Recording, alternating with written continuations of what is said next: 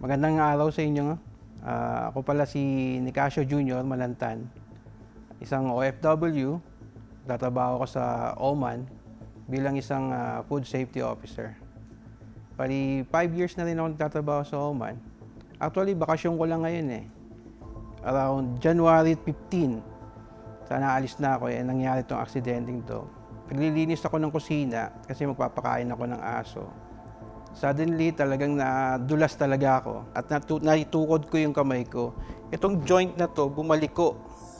Tapos dinala ako kagad sa UERM. Nirekomenda ako sa orthopedic surgeon. So yun, in-advise niya ako kailangan ma-opera.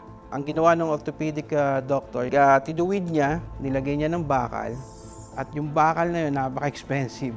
Ganito ngayon ang kamay ko. Ngayon, nagpaparehab ako ngayon, nagpapatherapy ako ngayon. It will take 8 to 10 weeks pa. May taong nag-invite sa akin, kamakailan lang ako nag-join dito. At buti na lang at may ganito. Kaya mag-iingat po kayo.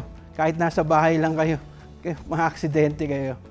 Buti na lang at kumuha ko ng ganitong insurance. Nagpapasalamat po ako sa Orbis Victus. Na-claim ko yung insurance nito.